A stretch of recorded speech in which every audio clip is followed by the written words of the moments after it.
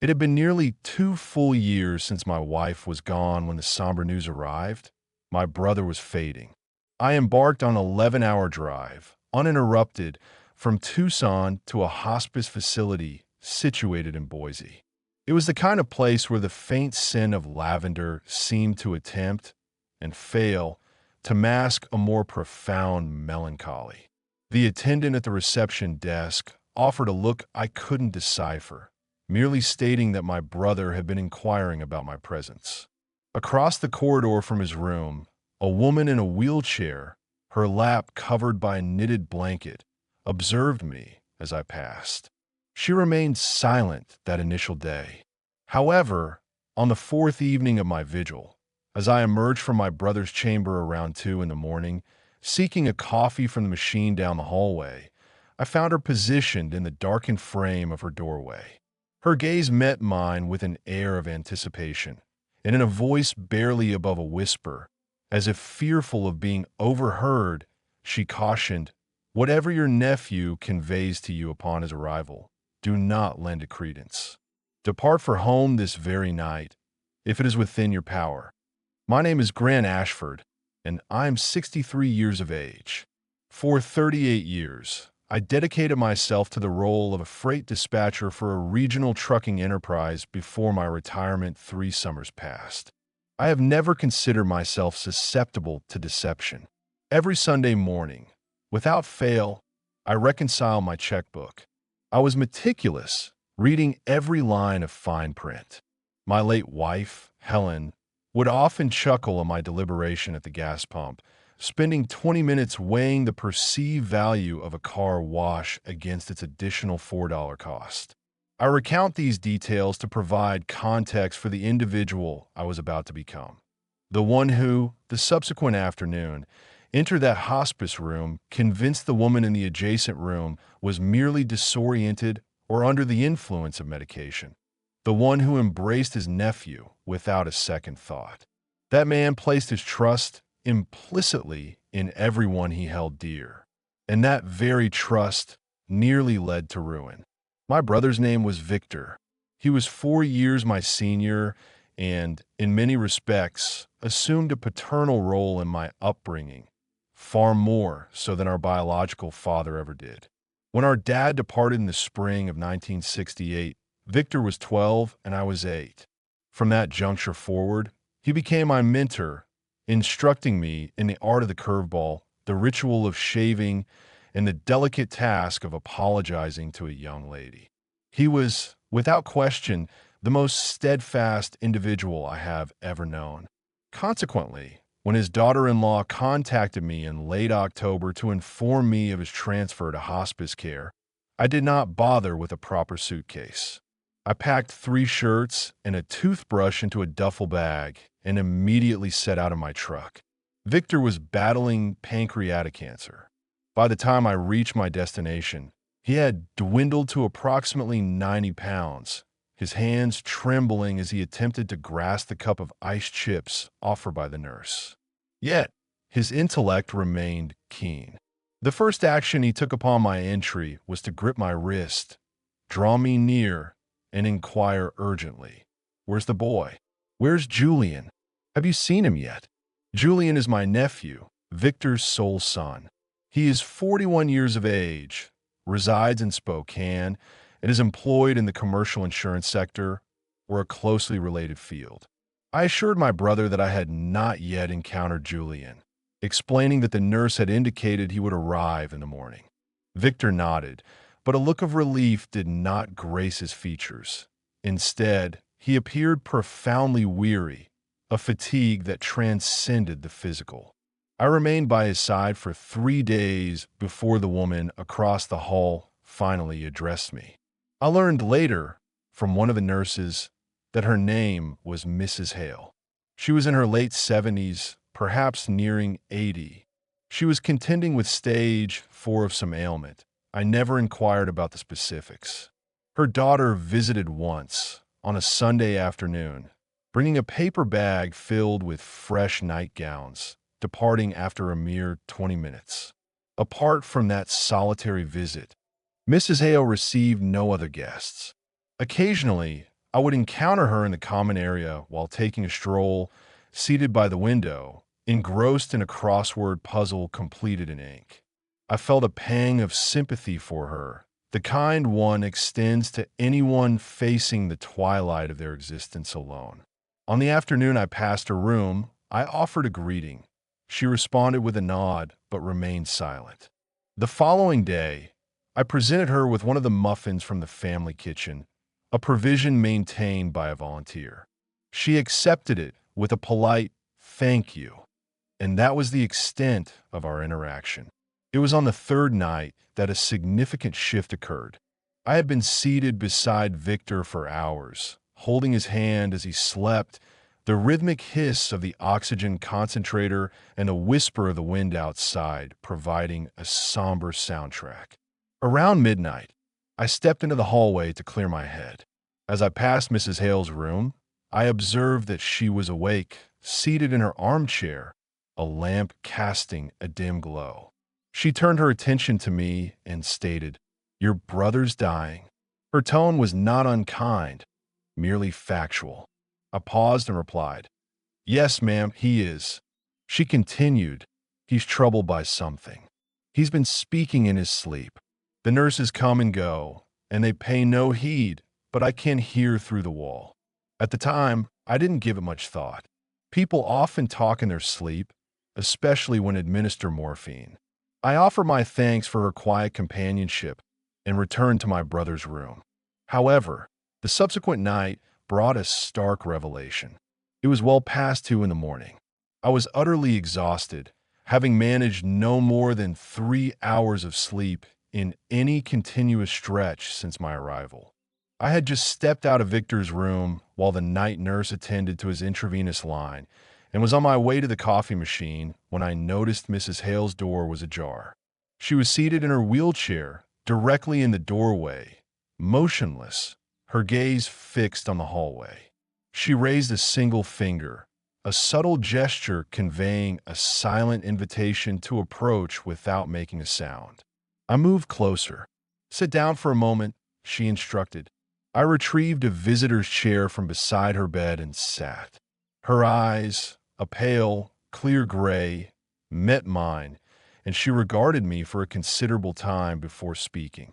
"Your nephew arrives tomorrow," she stated. "Yes," I confirmed. "How did she ascertain that?" she inquired. "Because your brother confided in a nurse last night, while he was scarcely lucid. He expressed that the boy was coming and that he feared what the boy might do. He repeated this sentiment 3 times. He repeatedly mentioned that he should have amended his will. He uttered it repeatedly. The nurse, in response, simply patted his hand and continued her duties. But I had heard him.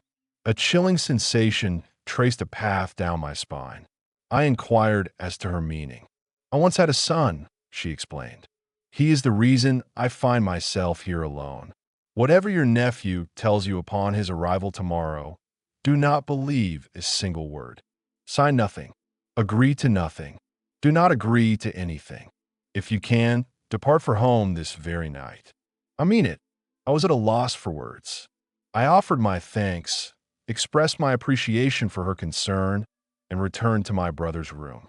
I sat in the darkness, attempting to rationalize her words, convincing myself that she was merely a lonely elderly woman projecting her own familial sorrows onto my situation. Julian was my nephew. I had cradled him as an infant. I had taught him the rudimentary skill of baiting a hook on a lake in Idaho when he was 7 years old. The notion that he would travel here with the intention of perpetrating some deceitful act was beyond my comprehension. I dismissed it. That was my initial misstep. Julian arrived around 11 o'clock the following morning. He entered the hospice room clad in a charcoal gray jacket, sans tie, his hair showing subtle streaks of salt and pepper at the temples. He embraced me before even acknowledging his father. He carried the scent of aftershave and airport coffee. "Uncle," he began, his voice laced with emotion, "I am so profoundly sorry. I came as swiftly as I possibly could."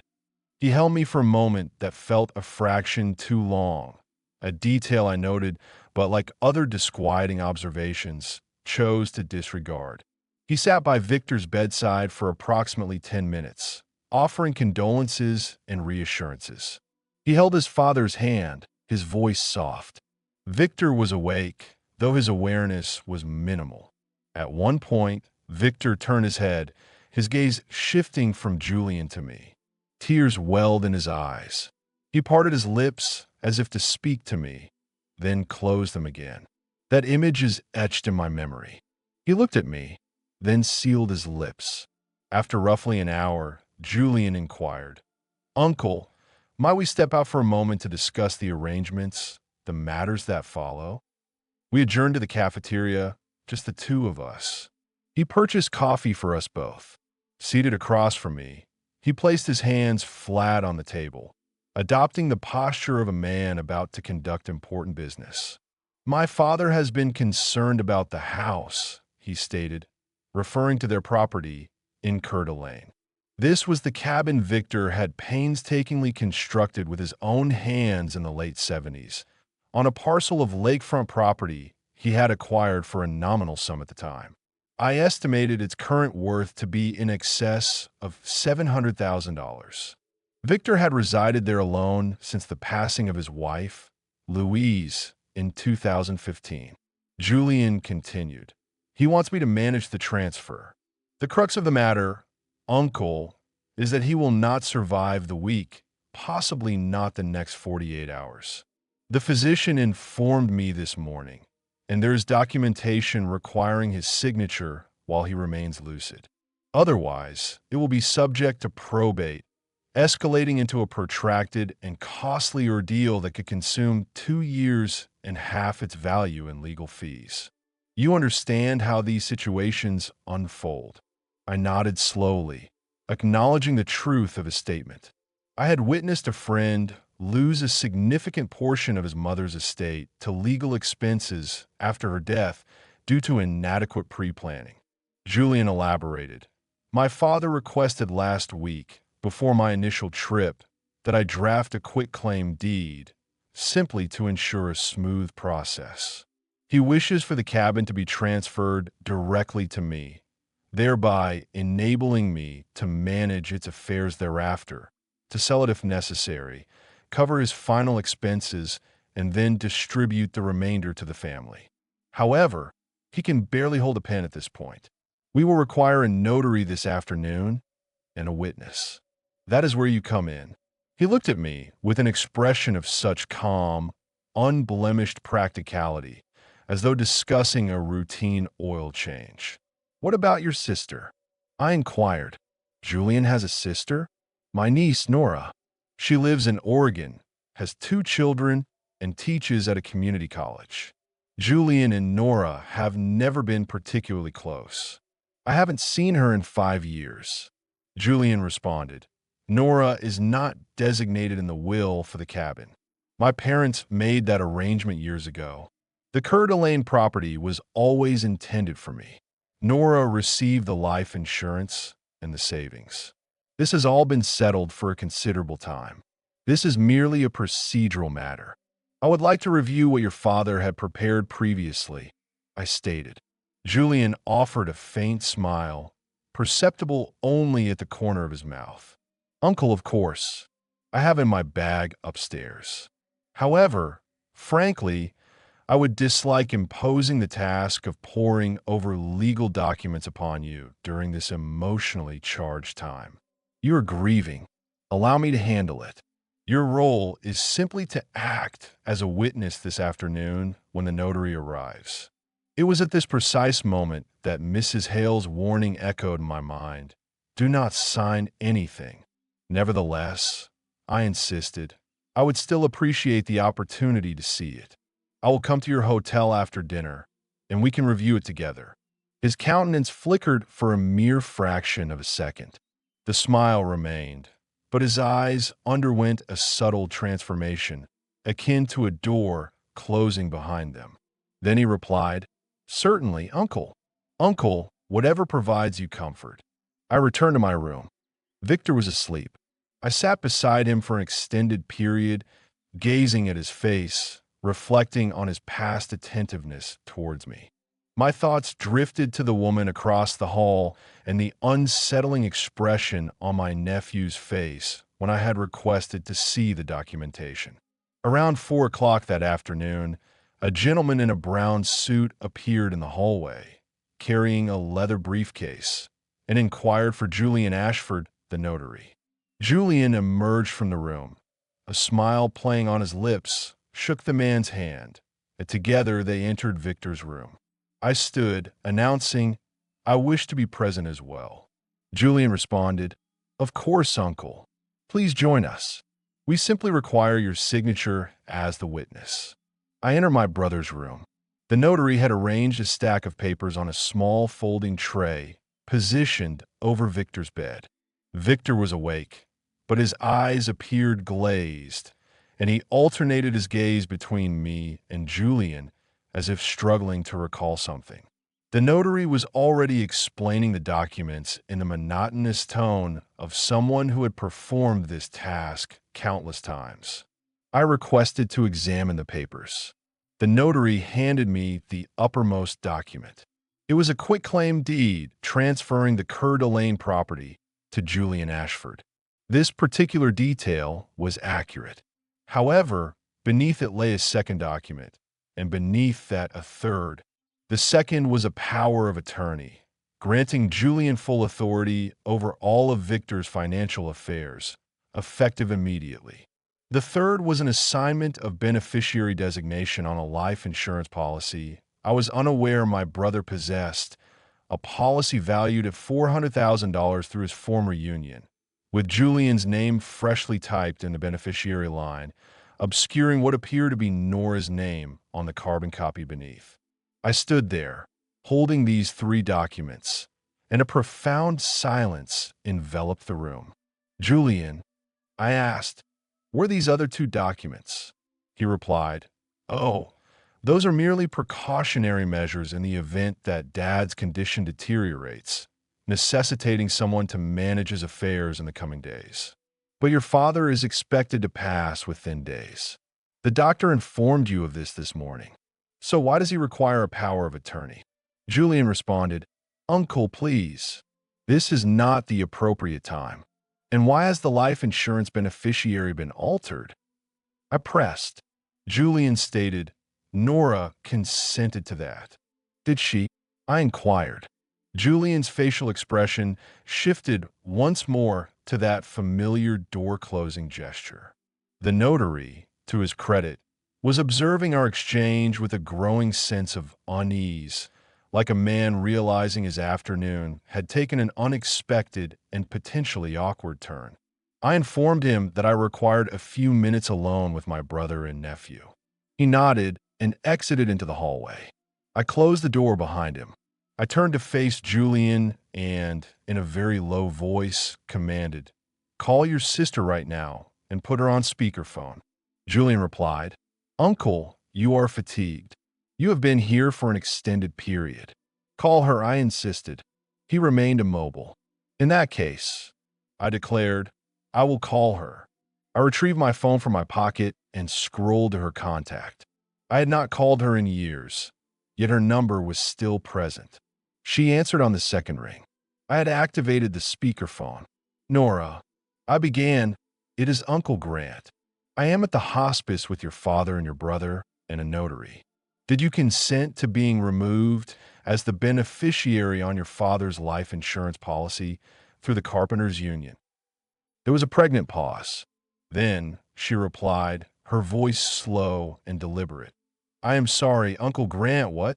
Did you agree to it?" I reiterated, "I have no idea what you're referring to. What life insurance policy?" Julian was already in motion, interjecting, "Nora, hello. Listen, this is merely a misunderstanding. The documents are for protective purposes." She responded, "Julian, what have you done?" He attempted to placate her. "Nora, please calm yourself." Her voice, now directed at me, was laced with alarm. "Uncle Grant, do not sign anything. I will be on a flight this evening. Please do not sign anything. I will be on a flight tonight." I terminated the call. The room fell into a profound silence, punctuated only by the clicking of the oxygen concentrator and the sound of Victor's labored breathing. Julian then stated, "Uncle, you do not comprehend the financial complexities of this situation. Father owes money. He owes money to me. I have been covering expenses for years. I deserve—" "Get out," I interrupted. "Uncle," he began. "Get out of this room," I commanded. He stared at me, and I must confess what I saw in his eyes was not the boy I had known at Bayview Hook in Idaho. It was someone else, someone calculating, someone already formulating their next course of action. He gathered his briefcase, collected the documents from the bed tray, and departed without another word. I returned to my brother's bedside, took his hand, and met his gaze. Tears streamed silently down his face, soaking into his pillow. "It's all right, Victor. It's all right." I stopped it. He squeezed my hand once. He passed away 31 hours later, on a Wednesday morning, just before sunrise. Nora was present. I was present. Julian was not. The week following the funeral, Nora and I met with my brother's longtime legal counsel in Coeur d'Alene, a woman named Elaine Voss, who had managed Victor's affairs for 2 decades. She produced the authentic will. The cabin in Coeur d'Alene was designated to be sold, with the proceeds to be divided equally between Julian and Nora. The life insurance policy, valued at $400,000, was to be Nora's. The savings, approximately $86,000, were to be distributed in 3 equal portions, with the final third allocated to a scholarship fund at the trade school where my brother had completed his apprenticeship in 1972. The documents Julian had presented in the hospice room would have reversed nearly all of these provisions. The cabin would have become his sole property. The life insurance would have been his as well. And with the power of attorney in hand, Julian could have depleted the savings within the 30 hours remaining in my brother's life, before the will was even formally read. Elaine looked across her desk at me and inquired, "Do you realize what would have transpired had you signed those papers?" "I do now," I replied. "Where did you find the conviction to question it?" she asked. I recounted the story of Mrs. Hale, the woman in the adjacent room, the one who had intercepted me at 2 in the morning and urged me to leave. I drove back to Boise the following Saturday, determined to find her. I carried a small box of pastries, recommended by a local bakery, and a handwritten card. The nurse at the reception desk recognized me, and her expression faltered when I inquired about Mrs. Hale. She had passed away 2 days prior, on Thursday. Peacefully in her sleep, the nurse confirmed. Her daughter had not yet come to clear out her belongings. The nurse asked if I had been close to her. "No, Roblia. I had met her only once, truly, but she did something for me that I can never adequately repay." The nurse was silent for a moment, then asked, "Did she give you a piece of paper?" "No, she had not," I responded. "Wait here a moment," the nurse requested. She returned with an envelope. My name, Mr. Ashford, was inscribed on the front in a trembling hand. The nurse explained she left it at the front desk on Wednesday morning. She instructed me to give it to you if you returned, otherwise to discard it. I took the envelope outside and settled onto a bench in the crisp November air, opening it. Inside was a single sheet of paper, folded once. The handwriting, thin and slanted, read, "Mr. Hartwitz, I cannot be certain if you heeded my counsel or not. I sincerely hope you did. My son's name was Raymond. He absconded with everything I possessed in the spring of 2009. The house, my savings, the rings my husband bestowed upon me. I have never recovered any of it. He no longer communicates with me, for there is nothing left for him to take. The reason I share this with you is that I have spent 15 years confined to beds such as this, in apartments smaller than this very room, in circumstances I could never have fathomed. And the most agonizing aspect is not the loss itself. The most unbearable part is that no one offered a warning, not a single soul. I had a sister-in-law who was aware of Raymond's true nature. She confessed to me afterward, when I questioned her, that she had harbored suspicions for years. I asked her why she had not spoken up. She replied that it was not her place. That was the day I resolved that if I ever again witnessed someone else facing a similar predicament, I would speak out. It would be my responsibility. Therefore, I spoke to you. Regardless of the outcome, I pray for your safety. Sincerely, Margaret Hale. I remained on that bench for an indeterminate period. The air was cold, yet I felt no chill. A nurse approached at one point, inquiring about my well-being. "Yes, ma'am. I'm quite all right," I assured her. "I'm simply sitting here for a while." It was not her place to intervene, yet she did. That intervention preserved me. That intervention honored my brother's final wishes. That intervention prevented my niece from being defrauded of $500,000 by her own brother during the most harrowing week of her life.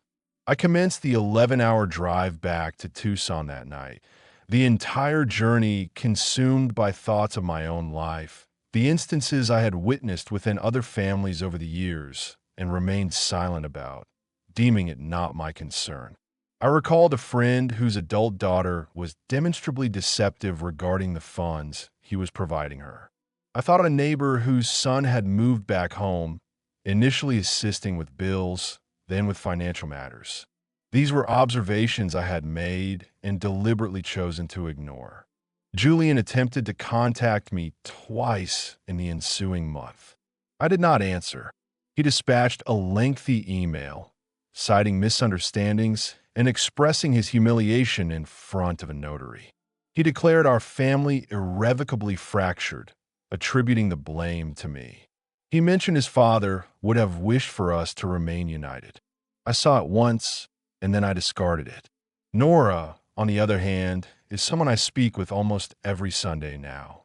She's been a true friend to me. She traveled to Tucson for Easter with her 2 children, and we visited the Desert Museum. We then enjoyed green chili cheeseburgers at a diner I used to frequent with Helen. Her eldest child, who is 11 years old, drew me a picture of a roadrunner, which is still displayed on my refrigerator. Approximately 6 months after my brother's passing, I received a letter in the mail from a woman in Spokane I had never encountered before. Her name was at the top, with a return address from a neighborhood I didn't recognize. The letter inside explained that her father had passed away in May, and while she was managing his affairs, she discovered a notebook where he had documented the names of individuals who had defrauded him. One of those names was Julian Ashford. It turned out Julian had borrowed $47,000 from her father, a man in his 80s, and had never repaid a single cent. She had found my phone number through the obituary I assisted Nora in writing for Victor. She was inquiring about the process for submitting a claim against my brother's estate, and that's how she obtained my contact details. I returned her call. We spoke for an hour. Her name was Irene. She was 68 years old, a widow, and her father had been the type of man who never disclosed to his children when he was being taken advantage of, as he felt ashamed. She had only found the notebook after his death. I contacted Nora, and Nora then reached out to Elaine. Elaine investigated Julian's financial situation. By that autumn, our findings revealed that Julian had been engaging in this behavior for years, not just with family members, but with clients, his father's old acquaintances, and anyone who would allow him access to their financial accounts. He had accumulated approximately $300,000 in unsecured debt, faced 2 pending civil lawsuits in Washington state, and had a gambling addiction that no one in his family was aware of. The scheme involving the hospice property, we eventually concluded, had been his final desperate attempt. Had he secured that property, he could have leveraged it the very same week, giving him an additional 6 months before his creditors caught up.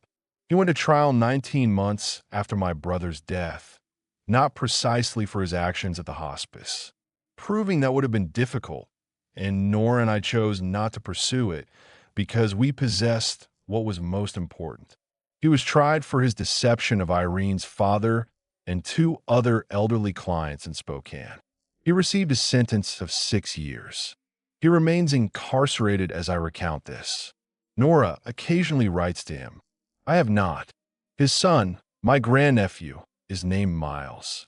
He is 14 years old now and resides with his mother, Julian's ex-wife, in Bellingham. I send him a card on his birthday each year and a check at Christmas, and his mother sends me thank you notes. I don't anticipate anything from that young man. He won't grow up calling me.